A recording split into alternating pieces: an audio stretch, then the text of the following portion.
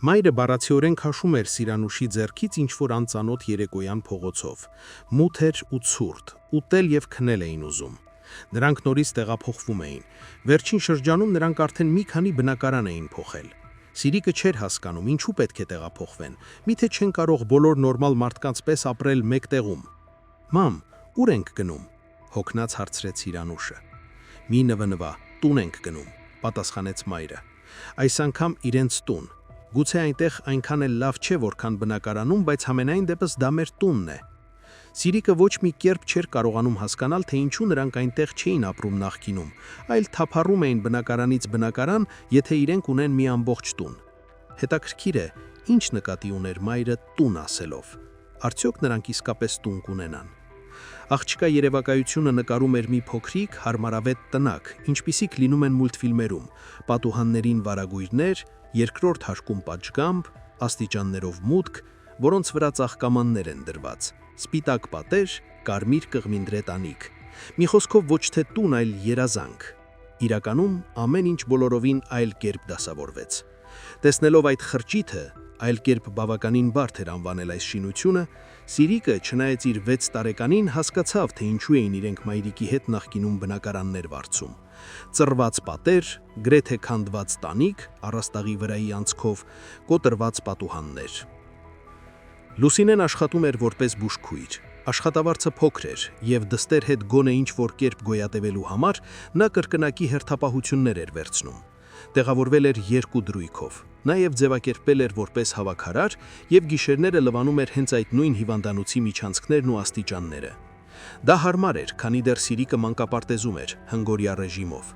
Երբ հերթապահությունները համընկնում էին հանգստյան օրերին, Լուսոն նրան իր հետ հիվանդանոց էր տանում։ Ղեկավարությունը դրան մատների արամքով էր նայում, ում կարող է խանգարել փոքրիկ երեխան։ Նրանց բաժանմունքը ինֆեկցիոն չէր, նույնիսկ թերապիա չէր, վնասվածքաբանություն էր։ Վարակիչ հիվանդներ այստեղ չկային։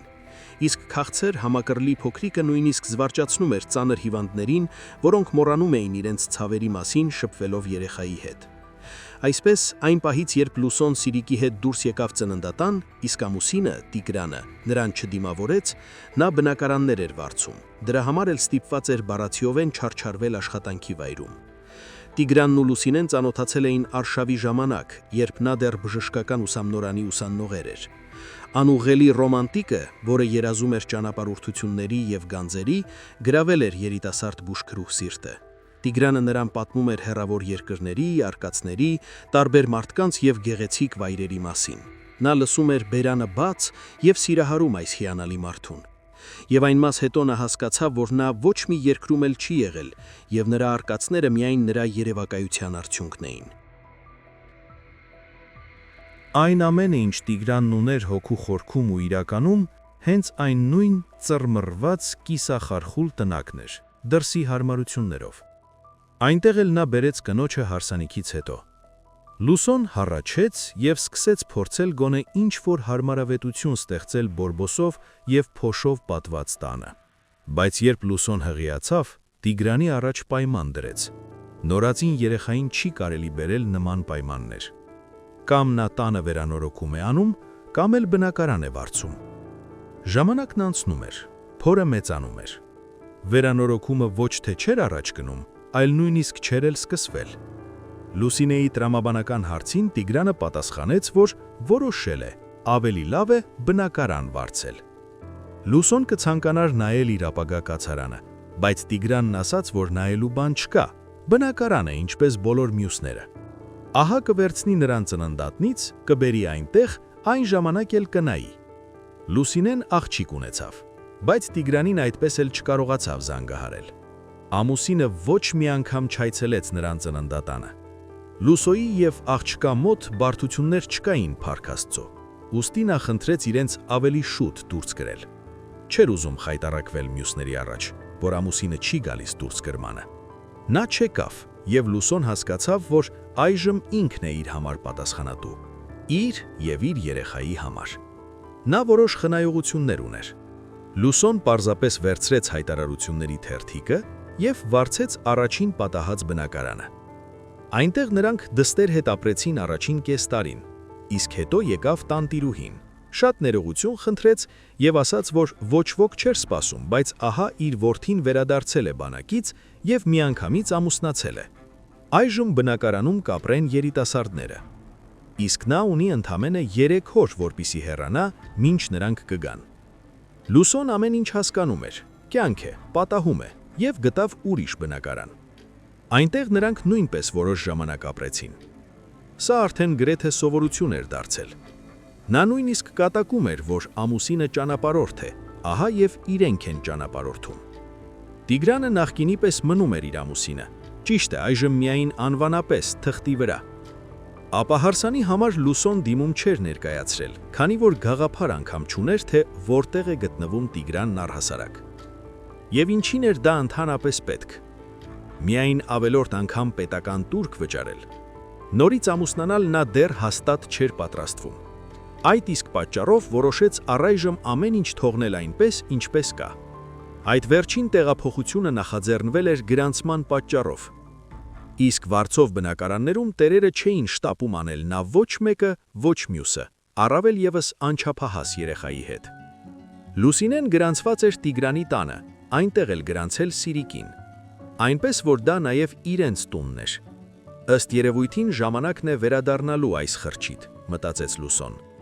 Դրան գումարած Սիրիկն արդեն կրծքի երեխա չէր, մի կերպ կգլուխ անենք։ Մամ, մենք ինչ է իսկապես այստեղ ենք ապրելու, հոգու խորքում սարսափով հարցրեց Սիրիկը։ Ինչ է որ, տեղավորվի, իսկ ես վազեցի հերթափոխության, չոր պատասխանեց Լուսինեն։ Նրա իսկ աչքերին արդյունքներ էին հավաքվում, ուստի նա շրջվեց դստերից, այլապես կնետվեր հանգստացնելու, կուշանար աշխատանքից եւ կզրկվեր պարգևավճարից։ Այս շփաթ նա արդեն բերել էր Սիրիկին իր հետ, այնպես որ պարզապես չէր կարող նրան տանել։ Սիրանուշը մենակ մնաց։ Տանը մութ էր, ցուրտ, չնայած ամառ էր, ինչ որ կերպ խոնավ ու ցրտաշունչ էր։ Պետք էր ինչ որ կերպ տեղավորվել։ Մինչև վաղը երեկո նա ինքն իր գլխի տերն էր, մինչև մայրիկը կգար աշխատանքից։ Արդյունքները գրեթե անմիջապես չորացան։ Սիրանուշը վաղուց արդեն հասկացել էր, որ անիմաստ է լաց լինել, երբ դու մնում ես ինքդ քեզ հետ մենակ։ Հեքիաթներից ոչ մի սուպերմեն չի թռչի ու չի փրկի։ Միայն դու ինքդ կարող ես հոգ տանել քո մասին։ Փառք Աստծո, տանը ինչ-որ հրաշքով էլեկտրականությունը աշխատում էր։ Սիրանուշը միացրեց լույսն ու սկսեց զննել սենյակները, որոնք իրականում ընդամենը երկուսն էին, եւ եւս խոհանոցը, վառարանի հետևում, այնքան փոքրիկ, որ այնտեղ կարող էին տեղավորվել միայն սեղանը եւ 2 աթոռ։ Առավոտյան, երբ աղջիկն արթնացավ, շրջապատող միջավայրն արդեն այնքան էլ ճնշող չէր թվում։ Արևի շողերը ներթափանցում էին ճեղքերի եւ տանիքի անցքի միջով։ Տան պատերին բազմաթիվ արևային նապաստակներ էին բազվզում, կարծես ողջունելով Սիրիկին եւ բարի լույս մաղթելով։ Թերմոսներում ուտելիք կար եւ տաք թեյ։ Մայրիկը միշտ նրան ուտելիք էր թողնում, երբ գնում էր աշխատանքի։ Տրամադրությունը լավ էր, ի տարբերություն երեկվա, եւ Սիրիկը գնաց տարածքը հետազոտելու։ Բակում ոչ մի ուշագրավ բան չկար, ինչ որ հին անվադողեր, կեղտոտ ու ռետինի կաթ հոտով։ Դրանցով խաղալ բոլորովին չէր ուզում։ Հին նստարանը փտել էր եւ թեքվել էր, այդ նստարանի վրա հնարավոր չէր անգամ նստել։ Բակով մեկ ցրված ինչ որ ժանգոտված երկաթներ նույնպես չգրավեցին աղջկա ուշադրությունը։ Բակի մնացած մասը խիստ գերաճած էր ինչ որ մոլախոտերով եւ բարձր խոտերով։ Սիրիկը ուշադիր նայեց, կարծես եղիմձ նա այստեղ չհայտնաբերեց եւ որոշեց տեսնել, թե ինչ է կատարվում տան հետևում։ Նա ամեն դեպքում քաշեց թևքերն ու խորացավ խոտաբույսերի թավուտները։ Նա առաջ էր շարժվում կարծես ջունգլիներում, ձեռքերով ճեղքելով խիտ խոտածածկ պատը եւ հանկարծ նրա առջեւ բացվեց կարծես մի բացատ, միայն թե ամբողջությամբ ստվերի մեջ։ Սիրիկը բարձրացրեց գլուխը եւ տեսավ ծառի հսկայական սաղարթը։ Դատելով տերևներից, որոնք թափված էին գետնին եւ դրանց մեջ ընկած կաղիններից, դա կաղնի էր, հսկայական, լայնատերև կաղնի։ Նրա հզոր բունն այնքան մեծ էր, որ Սիրիկը նույնիսկ միանգամից չնկատեց այն։ Նա կարծես թե պարզապես տան կամ գոմի պատ է։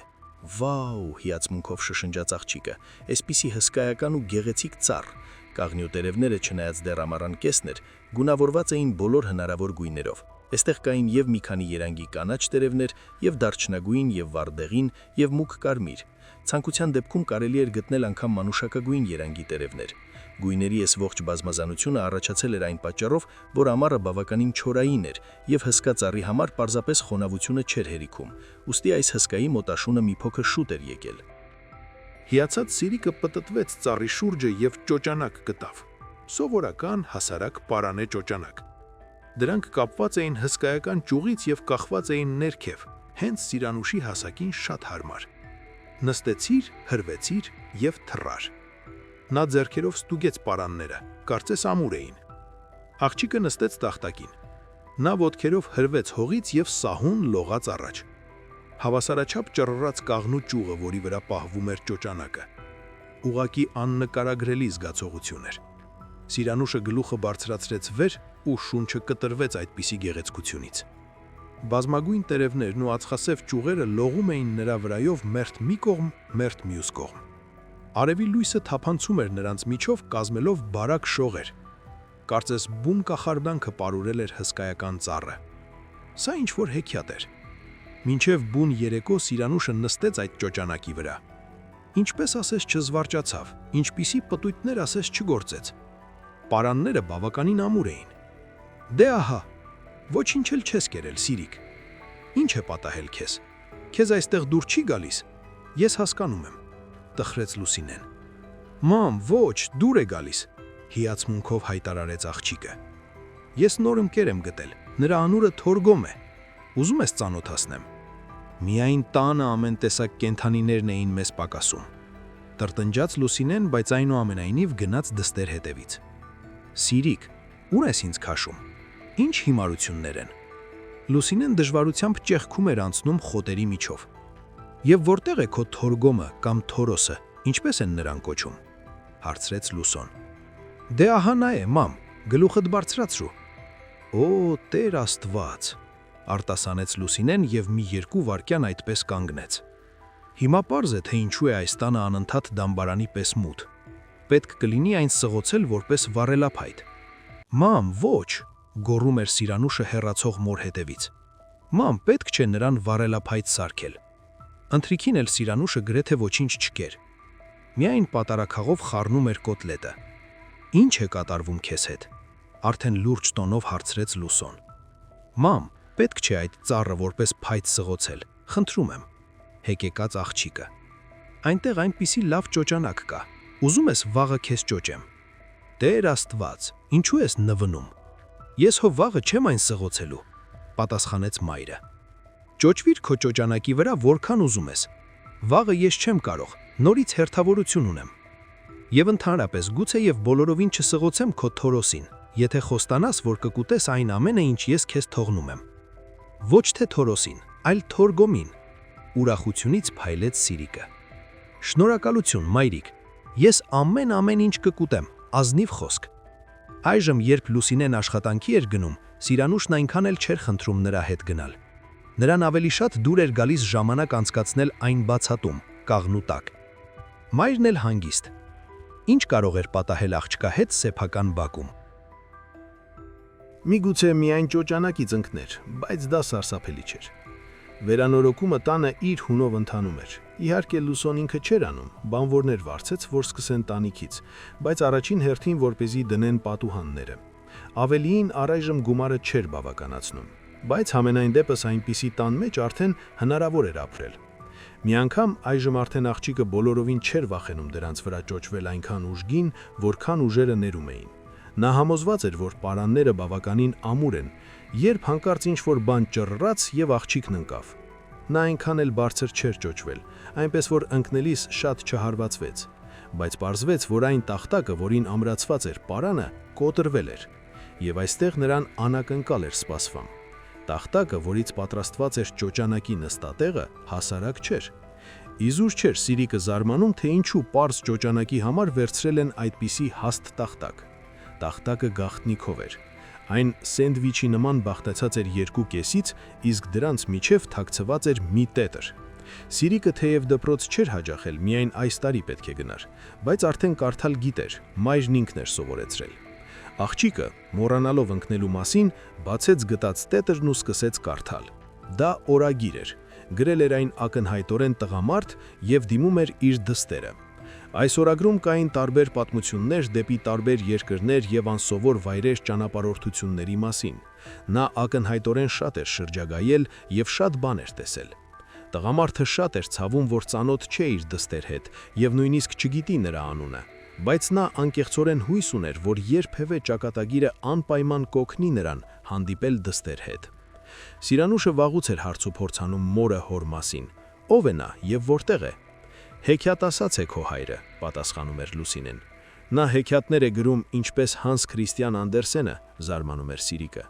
Ոչ դուստրս, նա հեքիաթներ չի գրում, նա դրանք պատմում է։ Իսկ ում։ Դե նախկինում ինձ էր պատմում, իսկ հիմա հավանաբար մեկ ուրիշ հիմարիկի, ինձ նման։ Սիրիկը տեսնում էր, որ մորը դուր չի գալիս այս խոսակցությունը եւ այլևս չէր հարց ու փորձում նրան։ Ինչ իմաստ ունի հարցնել, պապան դրանից չի հայտնվի։ Սիրիկն արդեն հիմար չէր, հասկանում էր, հավանաբար պապան պարզապես լքել է իրենց։ Եվ ահա այն մարդու այս նույն օրագրում, որ ճանապարհորդել էր տարբեր երկրներով, Սիրիկը կարծես հոգեհարազատի գտավ։ Չգիտես ինչու նրան թվում էր, թե հենց ինքն է այն փոքրիկ աղջիկը, ում դիմում է հեղինակը, իսկ նա հենց իր կորած հայրն է։ Սիրանուշը վաղուց էր հարց ու փորձանում մորը հոր մասին։ Ով է նա եւ որտեղ է։ Հեքիաթ ասաց է քո հայրը, պատասխանում էր Լուսինեն։ Նա հեքիաթներ է գրում ինչպես Հանս Քրիստիան Անդերսենը, զարմանում է Սիրիկը։ Ոչ դուստրս, նա հեքիաթներ չի գրում, նա դրանք պատմում է։ Իսկ ում։ Դե նախկինում ինձ էր պատմում, իսկ հիմա հավանաբար մեկ ուրիշ հիմարիկի, ինձ նման։ Սիրիկը տեսնում էր, որ մորը դուր չի գալիս այս խոսակցությունը եւ այլևս չէր հարց ու փորձում նրան։ Ինչ իմաստ ունի հարցնել, պապան դրանից չի հայտնվի։ Սիրիկն արդեն հիմար չէր, հասկանում էր, հավանաբար պապան պարզապես լքել է իրենց։ Եվ ահա այն մարդու այս նույն օրագրում, որ ճանապարհորդել էր տարբեր երկրներով, Սիրիկը կարծես հոգեհարազատի գտավ։ Չգիտես ինչու նրան թվում էր, թե հենց ինքն է այն փոքրիկ աղջիկը, ում դիմում է հեղինակը, իսկ նա հենց իր կորած հայրն է։ Սիրանուշը կարդում էր օրագիրը առանց շտապելու, առաջ չընկնելով, այլապես անհետաքրքիր կլինի։ Այդ մարդու ձեռագիրը հարթ էր ու գեղեցիկ, այնպես որ նրան միանգամայն հեշտությամբ հաջողվում էր վերցանել գրվածը։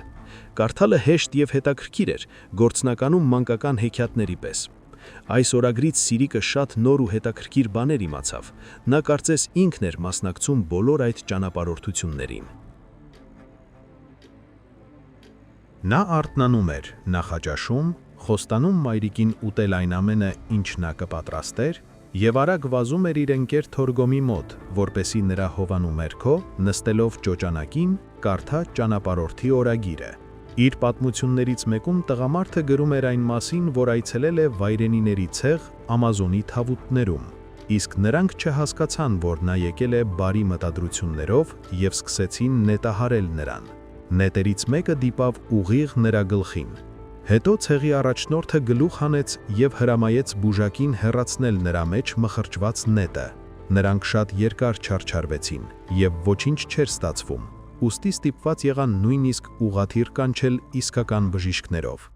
Հենց այդ ժամանակ նա հասկացավ, թե որքան փխրուն է իր կյանքը եւ որ ինքը մահվանից մազից էր կախված։ Բժիշկները փրկեցին նրա կյանքը, բայց նետի բեկորը մնաց նրա գլխում ընդմիշտ։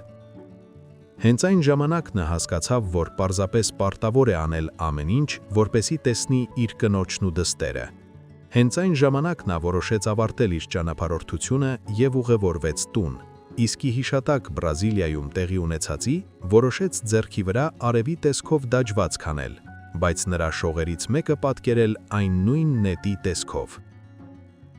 Օրագիրն ավարտվում էր նրանով, որ տղամարդը շատ ուրախ էր իմանալ, որ իր կինն ու դուստրը կարգին են եւ որ իր դստեր անունը Սիրիկ է։ Անհավանական է, մտածեց Սիրանուշը, ճիշտ իմ անունով։ Բայց այդքան տարվա բացակայությունից հետո նա չգիտես ինչու վախեցել էր հանդիպել կնոջն ու դստերը, ում մոտ ամեն ինչ կարգին էր, ինչպես նա էր կարծում։ Ուստի տղամարդը որոշել էր իր գրառումները թաքցնել իր տանը մինչև հարմար պահը, հուսալով, որ երբևէ դուստրը կկարողանա դրանք գտնել։ Վերջում հետևում էր ստորագրությունը՝ Տիգրան Հակոբյան։ Սիրիկը կտրնեց օրագրից։ Անհավանական է, եւ անգամ անունը նրա նման է հորս անվանը՝ Տիգրան, եւ անգամ ազգանունը։ Եվ այստեղ հանկարծ նա հասկացավ, չէ որ նա օրագիրը գտել է իր հոր տան բակում։ Ինքն էլ հենց այն նույն Սիրիկն է, ում նա դիմում էր։ Այ քեզ բան, այ քեզ գտածո։ Սկզբում Սիրիկն ուզում էր կիսվել իր գտածոյով մայրիկի հետ, բայց հետո չգիտես ինչու մտափոխվեց։ Համենայն դեպս ոչ հիմա, որոշեց աղջիկը։ Ով գիտի, թե մայրիկն ինչ կարող է անել։ Նա ակնհայտորեն նեղացած էր հայրիկից, եւ եթե նա պատրաստվում էր այսպիսի գեղեցիկ կաղնին որպես վառելափայտ սղոցել, ապա ով գիտի, թե ինչ կցանկանա անել օրագրի հետ։ Սիրիկը հուսալիորեն թաքցրեց հոր գրառումները տանը եւ միայն ժամանակ առ ժամանակ հանում էր ու վերընթերցում։ Այժմ նա բոլորովին այլ կերպ էր վերաբերվում գրառումներին։ Այժմ նա գիտեր, որ այդ ճանապարհորդը իր հայրն է եւ գրում է նա հենց իրեն։ Վերջին շրջանում Լուսինեն սկսել էր ել ավելի շատ ժամանակ անցկացնել աշխատավայրում։ Սիրիկը գնաց առաջին դասարան եւ դասերից հետո նա երկարօրյայում էր մնում։ Այնպես որ Լուսինեին հազվագյուտ հնարավորություն ընձեռվեց լիարժեք աշխատել որպես բուժքույր երկու դրույքով։ Չնայած իրենց տան խարխուլությանը, եթե ոչ հնությանը, Լուսինեն զգում էր նրա պատերի ներքո ինչ-որ հանգստություն, խաղաղություն։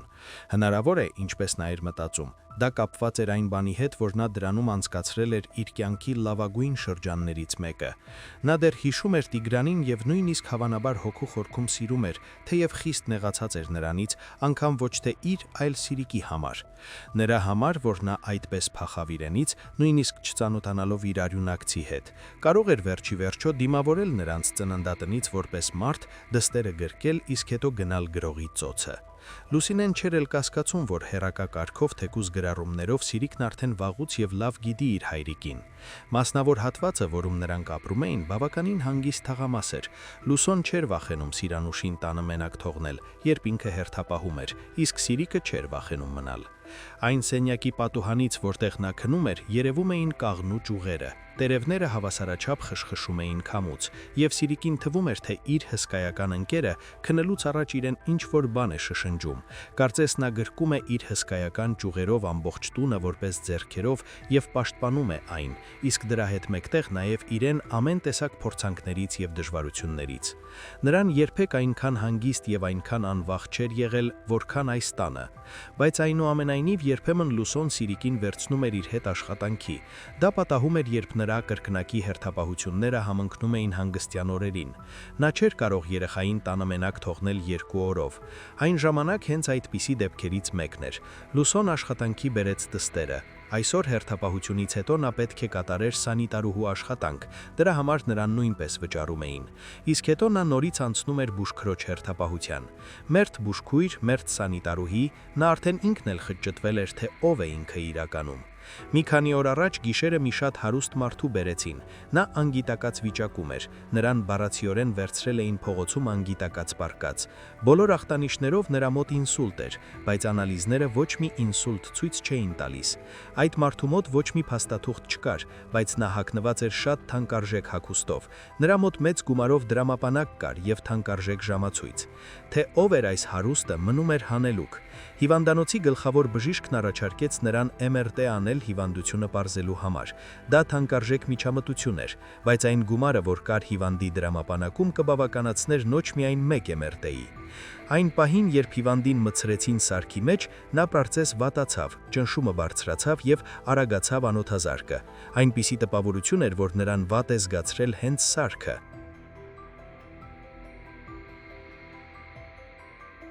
MRT-ն մագնիսառեզոնանսային տոմոգրաֆ է, իր էությամբ հսկայական մագնիս։ Ով գիտե, միգուցե այս մարդու գլխում թիթեղ կա, չէ որ մազերի տակ հստակ երևում էր սբի։ Որոշեցին պարզ ռենտգեն անել, բայց այն ոչինչ ցույց չտվեց, ամեն ինչ մաքուր էր։ Դա տարօրինակ հիվանդություն էր, եւ ոչ ոք չէր կարողանում ճիշտ ախտորոշում դնել։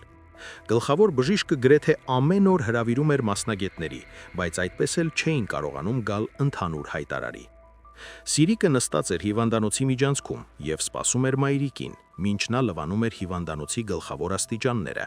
Հետո նրանք միասին կընդմիջեին թեյով ու բուտերբրոդներով, եւ մայրիկը կպարկեցներ նրան քնելու բուժքույրերի սենյակի թախտին, իսկ ինքը կանցներ հերթապահության։ Իսկ առայժմ Սիրիկը խաղ էր խաղում մայրիկի բջջային հեռախոսով։ Իրենը նա դեռ չուներ, դպրոցում միևնույն է չէին թույլատրում, իսկ մայրիկը չէր շտապում գնել այն երեխայի համար։ Սիրիկի ուշադրությունը գրավեց բժիշկների մի ամբողջ, որոնք մոտեցան հիվանդասենյակներից մեկին եւ սկսեցին բոլորն այնտեղ մտնել։ Երեխան ձանձրանում էր, եւ Սիրիկը զգուշորեն մոտեցավ դռանը եւ բժիշկների հետ միասին նա ներս սահեց։ Փորիկներով պատկառելի քեռիները, որոնք աշխուժորեն բանավիճում էին միմյանց հետ, պարզապես չնկատեցին ոտքերի տակ գտնվող 7-ամյա փոքրիկ աղջկան։ Սիրիկը սուզվեց հիվանդի մահճակալի տակ և թաքնվեց։ Նա ոչինչ չէր հասկանում այն ամենից, ինչ խոսում էին այս պատկառելի քեռիները, բայց նրան սարսափելի հետաքրքիր էր, կարծես աղջիկը պահմտոցի էր խաղում։ Եվ ինքն էլ զարմացած էր, որ իրեն չնկատեցին։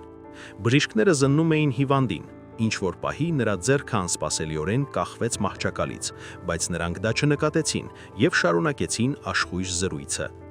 Մի ենթադրյալ ախտորոշուն փոխարինում էր մյուսին, գործընկերները վիճում էին, և յուրաքանչյուրը փորձում էր ապացուցել և պաշտպանել իր տեսակետը։ Միակ բանը, որ Սիրիկը հասկանում էր, նստած մահճակալի տակ, այն էր, որ այս մարդուն ոչ մի կերպ չեն կարողանում բուժել։ Նրանք խոսում էին այն մասին, որ հավանաբար նա չի դիմանա, և այդպես էլ չեն կարողանա պարզել, թե ով է նա, իսկ նրա մահվան դեպքում ոչ ոք չի լինի անգամ հայտնելու։ Լսելով դա հանկարծ դուրս ցատկեց մահճակալի տակից և արցունքները աչքերին բղաված։ Ինչպես թե ոչ ոքի չի լինի հայտնելու։ Սա իմ պապան է, Տիգրան Հակոբյանը։ Նրա գլխում աբորիգենի նետից բեկոր կա, իսկ դուք չգիտեք ինչպես նրան բուժել։ Տիգրան Հակոբյան, զարմացան բժիշկները։ Հայտնի ճանապարհորդ, որն այնքան գրքեր է գրել իր արկածածների մասին։ Չի կարող պատահել։ Երևի աղջիկը գրքեր շատ է կարդացել։ Այդպես լինում է, երբ երեխաները մեծանում են առանց հոր։ Նրանք հնորում են, թե իրենց պապան ինչ-որ հայտնի դերասան է կամ ահա գրող, ասաց գիտության լուսատուներից մեկը։ Ահա աղջիկը գրքեր է կարդացել և հնարել է, որ նա իր հայրն է։ Իսկ որտեղ է քո մայրիկը, հարցրեց բժիշկներից մեկը, բոլորից ամենաերիտասարդը։ Նա խոնարհվեց ու գրկեց Սիրիկին։ Մայրիկը այստեղ հիվանդանոցում է աշխատում, սկզբում որպես սանիտարուհի, հետո որպես բուժքույր, իսկ հետո նորից սանիտարուհի։ Դե ահա, տեսնում եք, հոր բացակայության ֆակտը ակնհայտ է։ Որ ամուսինը թույլ կտար իր կնոջն այսքան աշխատել, ասաց նույն լուսատունը։ Հա ինչ փաստ, սա ճշմարտություն է, իմ պապան է, հարցրեք մայրիկիս։ Ես նույնպես Հակոբյան եմ, Սիրանուշ Հակոբյան, և նրա գլխում իսկապես բեկոր կա, ես դա նրա օրագրում եմ կարդացել։ Արդեն գրեթե գոռում էր նրանց վրա Սիրանուշը։ Այդ բժիշկը Սիրիկի հետ դուրս եկավ միջանցք։ Ոչ շատ բարձրաձայն նա հարցրեց. ով է կորցրել երեխային, և հանկարծ հենց դռան մոտից սուր ճչալով նրանց ընդառաջ վազեց Լուսոն։ Սիրիկ, բղավեց նա։ Լուսինեն շատ վախեցավ տեսնելով դստերը բժիշկի գրկում։ Նա մտածեց, որ աղջիկն ինչ-որ բան է արել կամ վերցրել է դեղորայք։ Մամ, այնտեղ պապան է պառկած պալատում, իմ պապան, նրա ձեռքին դաջվածք էլ կա, ինչպես նա գրել էր օրագրում, ասում էր Սիրանուշը մորը։ Ինչ օրագրում, այդ ինչ ես խոսում, զարմանում էր Լուսոն։ Եվ ոչ մի դաջվածք էլ նա չի ունեցել։ Դուք կներեք, ես նրան թողնելու տեղ չունեմ, այնքան շատ աշխատանք կա, արդարանում էր Լուսինեն բժիշկի առաջ։ Նա բռնեց դստեր ձեռքը և շտապեց տանել բուժքույրների սենյակ։ Բժիշկը վերադարձավ կոնսիլիումին։ Գործընկերներ, ես չէի բացառի այն դեպքը, որ աղջիկը ճիշտ է ասում, ասաց նա։ Ենթադրենք հիպոթետիկորեն, որ սա իսկապես այն նույն մարդն է և նրա գլխում ինչ-որ բանի բեկոր կա։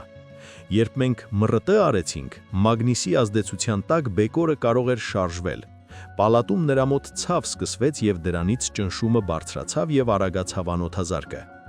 Բայց մենք նրան հետո ռենտգեն արեցինք և ոչինչ չհայտնաբերեցինք, հակադարձեց գործընկերներից մեկը։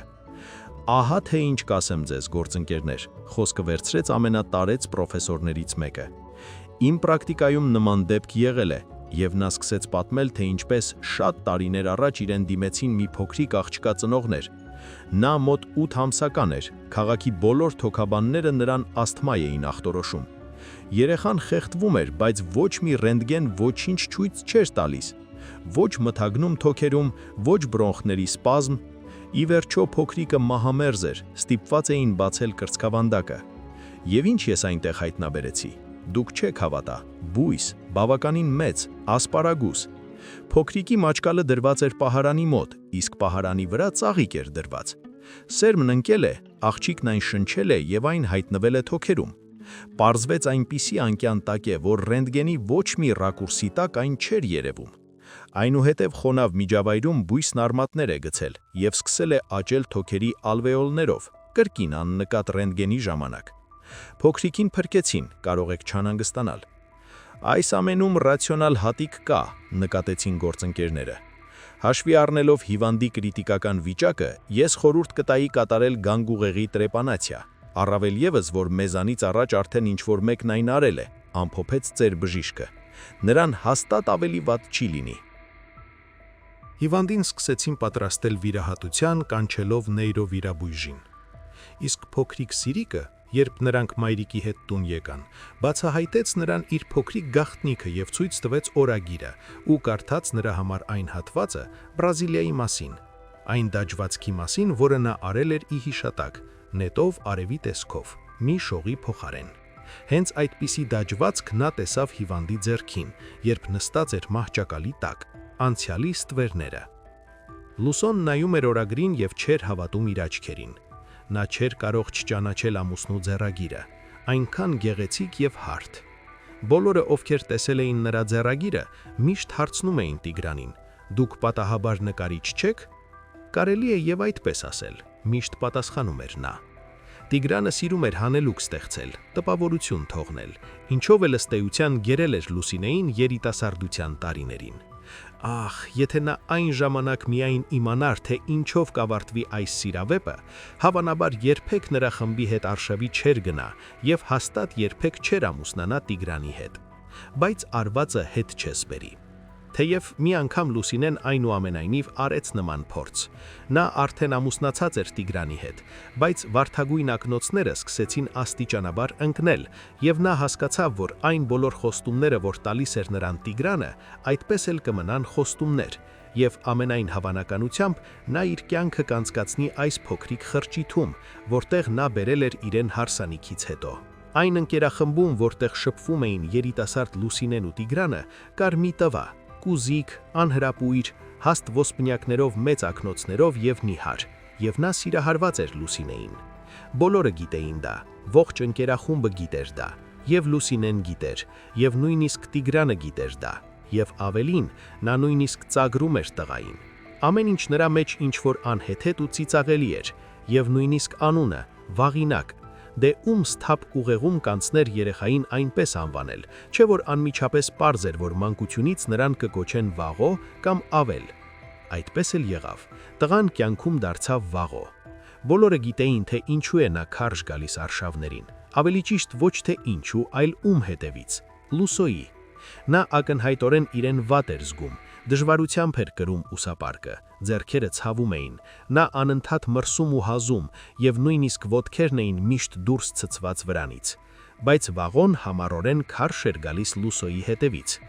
Նրա վրա բոլորը ծիծաղում էին, նույնիսկ Լուսոն, բայց տղային դա չէր խանգարում։ Նա պարզապես սպասում էր, համբերում էր և սպասում։ Եվ նրա համբերությունը վարձատրվեց։ Մի անգամ Լուսոն վիճեց Տիգրանի հետ, ուժեղ վիճեց։ Մի քանի օրով նա գնաց տնից, հայտնվեց ինչ-որ տեղ։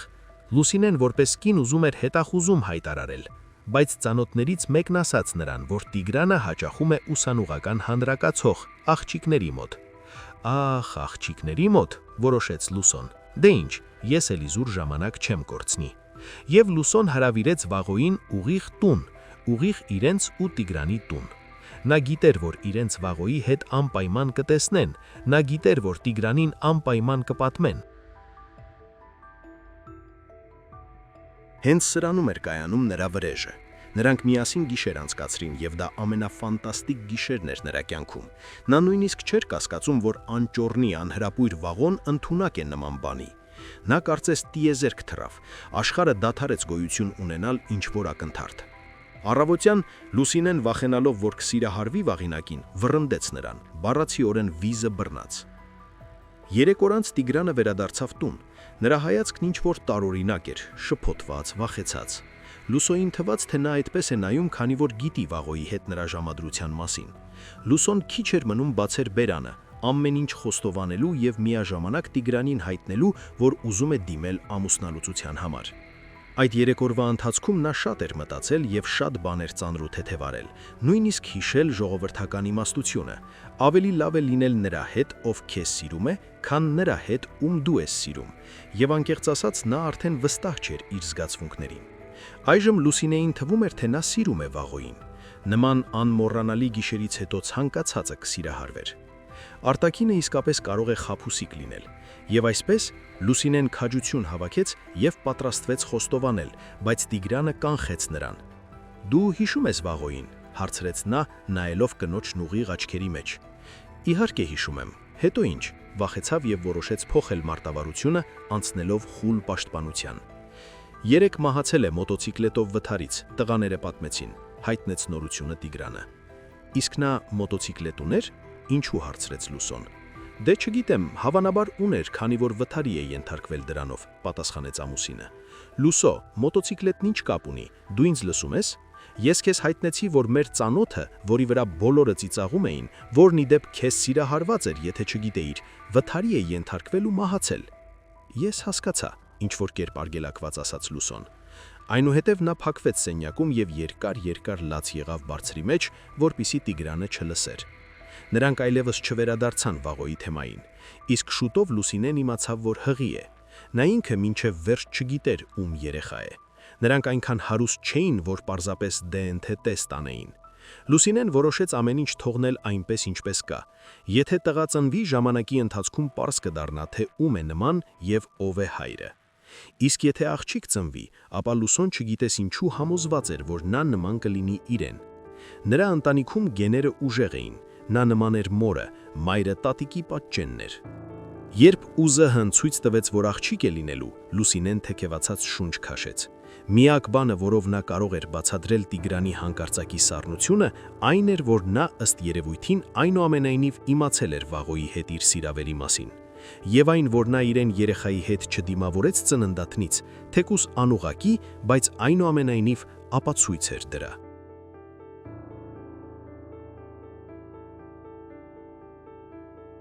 Եվ ահա հիմա պարզվում է, որ Տիգրանը մեկնել էր ճանապարհորդության, ինչ որ օրագիր էր գրել, եւ նույնիսկ տեղյակ էր եղել, որ ինքը դուստր է ունեցել, եւ նույնիսկ իմացել էր, թե ինչպես է նա անվանել նրան։ Նշանակում է նա այնուամենայնիվ ինչ որ մեկի միջոցով հետևում էր իր ճակատագրին, եւ նշանակում է, որ նա վաղուց վերադարձել է։ Ուղղակի չէր համարձակվում աչքի երևալ։ Ինչու՞։ Իսկ Սիրիկին իր գրառումներում նա դիմում էր որպես դստեր, նշանակում է նա ընդունել էր նրան որպես դուստր։ Շփոթմունքի եւ զգացմունքների խառնաշփոթի մեջ երևի այնուամենայնիվ պետք է այցելել այն հիվանդին այն հիվանդասենյակում, ուր վազել էր Սիրիկը, եւ պարզել, թե ով է այդ մարդը։ Տղամարդուն նոր էին վերակենդանացման բաժանմունքից տեղափոխել հիվանդասենյակ։ Վիրահատությունը հաջող էր անցել։ Նրա գլխուղեղում իսկապես, ինչպես հայտարարել էր փոքրիկ աղջիկը, հայտնաբերվել էր նետի ծայրակալից փոքրիկ բեկոր։ Ժամանակի ընթացքում այն տեղաշարժվել էր։ Այդ պատճառով տղամարդը կորցրել էր գիտակցությունը եւ ընկել փողոցում, չհասնելով իր մեքենային։ Նա արթնացավ պալատում։ Մահճակալի կողքին նստած էր նա, իր սիրելի կինը, իր Լուսինեն։ «Տիգրան, ինչպես այսպես եղավ», ասում էր նա, բռնելով նրա ձեռքը։ Լուսինեի դեմքով հոսում էին արցունքները։ «Իսկ ես ասում էի, որ դա պապան է, բայց ինձ ոչ ոք չէր հավատում», ուրախ ծլվլում էր դուստրը։ Եվ այո, անհայտ հիվանդն իսկապես Տիգրան Հակոբյանն էր։ Վերադառնալով տուն բրազիլիական արկածից, կամ ավելի ճիշտ կլինի ասել պատահարից հետո, նա գրեց այդ օրագիրը, թաքցրեց այն ճոճանակի նստատեղի մեջ, ապա հրատարակեց պատմվածքների գիրք, որը դարձավ բեսթսելլեր։ Այն նրան ոչ միայն հանրաճանաչություն, այլև հարստություն բերեց։ Եթե չլիներ այդ բեկորը, որը զգացնել տվեց իր մասին, Տիգրանն այդպես էլ չէր համարձակվի հանդիպել դստերն ու կնոջը։ Նա պարզապես ամաչում էր, իրականում շատ էր ամաչում այն բանի համար, որ այն ժամանակ գործնականում լքեց նրանց ծննդատանը։ Այն բանի համար, որ դատապարտեց նրանց այնպիսի աղքատության, որում նրանք ապրում էին։ «Տիգրան, ինչպես է սա», չէր հանդարտվում Լուսինեն։ «Դե լավ», փորձում էր նրան հանգստացնել Տիգրանը։ Բայց բառերը չգիտես ինչ խճճվում էին լեզվի վրա, եւ ստացվում էր մի շատ անհեթեթ ու նույնիսկ ծիծաղելի բան։ Սա զվարճացնում էր Սիրիկին, իսկ Լուսոն բարկանում էր նրա վրա։ Մարդը իրեն վատ է զգում, իսկ նա ծիծաղում է։ Իր հերթին դա շատ էր զվարճացնում Տիգրանին, բայց զվարճանալ նրան չէր հաջողվում։ Բեկորը հանեցին, կարելի ասել ժամանակին, Եվս մի քանի վայրկյան էմերտ է սարքում եւ Տիգրանին հնարավոր չէր լինի փրկել, այնպես որ իր կյանքով նա պարտական էր Սիրանուշին։ Շուտով նրան դուրս գրեցին տուն։ Լուսինեն տարավ ամուսնուն իր մոտ եւ դուրս եկավ աշխատանքից։ Նա խնամում էր նրան տանը, եւ երբ նա իրեն լիովին լավ էր զգում, Լուսինեն որոշեց նրա հետ անկեղծ խոսել։ «Դու հիշում ես Վաղոյին, որը մահացավ մոտոցիկլետով»,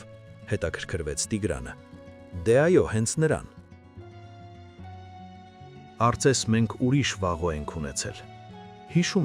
Հիշում եմ, թե ինչպես էր նա հետևումդ վազվզում ու քարշ գալիս ամենուր, որտեղ պատահի միայն թե քեզ մոտ լիներ։ Ափսոս տղան, լավ ընտարիքի հայր կդառնար։ Չգիտեմ արդյոք գիտես, որ մենք նրա հետ գիշեր ենք անցկացրել, ասաց նա։ Տարօրինակ զգացողություններ էին նրա մոտ այդ պահին։ Նախկինում նա վախենում էր ոչ թե խոսել, այլ նույնիսկ մտածել այդ մասին կամ հիշել։ Իսկ հիմա այսքան տարի անց ինչ-որ կերպ հեշտ ու պարզ էր դա խոստովանել։ Գիտեմ, հանգիստ պատասխանեց Տիգրանը։ Եվ այն, որ Սիրիկը կարող է նրա դուստրը լինել, գիտես, նորից ուղիղ ճակատին ասաց Լուսոն։ Չի կարող։ Նույնքան հանգիստ եւ հաստատական պատասխանեց Տիգրանը։ Որտեղից այդպիսի վստահություն։ Ես ԴՆԹ թեստ արեցի։ Երբ։ Դա գործնականում անմիջապես, հենց որ վերադարձա Բրազիլիայից։ Հասկացիր ինձ, գլխիս մեջ այս բեկորով ինձ պետք էր հաստատ իմանալ։ Երբ գտա ձեզ, դժվար չէր ճարել Սիրիկի մազերը։ Երբ ստացա արդյունքները, այն ժամանակ էլ սկսեցի գրել այն օրագիրը, որը թաքցրի ճոճանակի նստատեղի մեջ։ Համոզված էի, որ նա այն կգտնի։ Այդպես էլ եղավ։ Լուսոյի սրտից կարծես քար ընկավ Տիգրանի խոսքերից հետո։ Նշանակում է նա իզուր էր անհանգստանում։ Սիրանուշը իսկական Հակոբյան է եւ ճակատագրի կողմից ոչ մի կատակ այստեղ չկա։ Նոր արկածներ եւ հին ոսկի։ Սիրանուշն ավարտեց 4-րդ դասարանը։ Իսկ դա նշանակում է, որ տարական դպրոցը հետևում էր, արժևում էր թեկուս փոքր, բայց առաջին ավարտական հանդեսը։ Նրանք ամբողջ դասարանով ծրագիր էին պատրաստել։ Այդ ընթացքում այն տունը, որտեղ նրանք ապրում էին, քանդեցին, եւ Տիգրանն այնտեղ նոր, լավ ամուր տուն կառուցեց։ Այժմ նա իսկական հարուստ էր, կարող էր իրեն դա թույլ տալ։ Լուսիրեն այլևս չէր չարչարվում աշխատանքի վայրերում։ Այժմ նա զբաղվում էր տնով եւ դստերով։ Կյանքը թվում էր անհոգ։ Սիրիկը կանգնած էր բեմում, նրանք երգչախմբով երգում էին ուսուցիչների մասին։ Աչքերով նա փորձում էր դահլիճում գտնել ծնողներին։ Ահա մայրիկը, նա անմիջապես նկատեց նրան։ Իսկ որտեղ է պապան։ Եվ նա ինչ-որ պատճառով չկար։ Մամ, իսկ ուր է պապան, հարցրեց Սիրիկը։ Չգիտեմ, ասաց իրեն ինչ-որ տեղ շտաբ կանչել են, ասաց ավելի ուշ կգա, մեծ տորտ կբերի, ասաց Լուսինեն։ Անցավ մի քանի օր, ոչ Տիգրանը կար, ոչ տորթը։ Սիրիկն անընդհատ հարցնում էր, թե որտեղ է պապան, իսկ Լուսոն չգիտեր ինչ պատասխանել նրան։ Նա վաղուց արդեն կռահել էր, որ Տիգրանին նորից արկածներ են քաշել։ Այդպիսին էր այս ռոմանտիկ ճանապարհորդը։ Ոչ մի կերպ չէր կարողանում տանը նստել։ Հակառակ իր բոլոր երթումներին նա նորից մեկնել էր արկածներ փնտրելու, եւ կրկին ոչ մի բառ չէր ասել, ոչ մի գրություն կամ նամակ չէր թողել։ Եվ միայն հաշվեկշռի համալրման ծանուցումը չափազանց մեծ գումարով հուշում էր Լուսինեին, որ այս անգամ նա ստիպված չի լինի աղքատության մեջ ապրել դստերով։ Տիգրանը նորից անհետացավ, եւ Լուսոն գաղափար չուներ, թե ինչպես ասի այդ մասին դստերը։ Միգուցե չմտածել այդ մասին, այլ պարզապես վերցնել ու ասել, չէ՞ որ Սիրիկն արդեն մեծ է եւ շատ ավելի հասկանող, քան իր հասակակիցները։ Լուսինեն նստած էր լոգարանում եւ նայում էր հղիության թեստի երկու գծիկներին։ Այս Սիրիկա, ոչ թե ահա, մտածում էր նա։ Այժմ հաստատ ԴՆԹ թեստ պետք չի գա, որպեսի վստահ լինի, որ նա կրում է եւս մեկ Հակոբյան։ Եվ այնպիսի զայրույթ առաջացավ նրա մեջ այդ պահին, այնպիսի ցասում համակեց նրան, որ նա պարզապես չէր կարող անգամ բարերով փոխանցել այդ ամենը։ Լուսինեն վերցրեց հեռահոսափողն ու հավաքեց համարը։ Ալո, բարև ձեզ, սա ծառահատման ծառայությունն է։ Այո։ Բակումս մի մեծ ծառ կա, խանգարում է էլեկտրալարերին։ Երբ Սիրիկը վերադառնում էր դպրոցից, բանվորներն արդեն ավարտում էին գետնին կոկիկ պարկած կաղնու հաստ բնի սղոցումը։ Մամ, ինչ ես արել, ինչու ես սղոցել Թորգոմին, հեկեկաց աղջիկը։ Թորգոմ, կրկնեց նրա հետևից Լուսոն։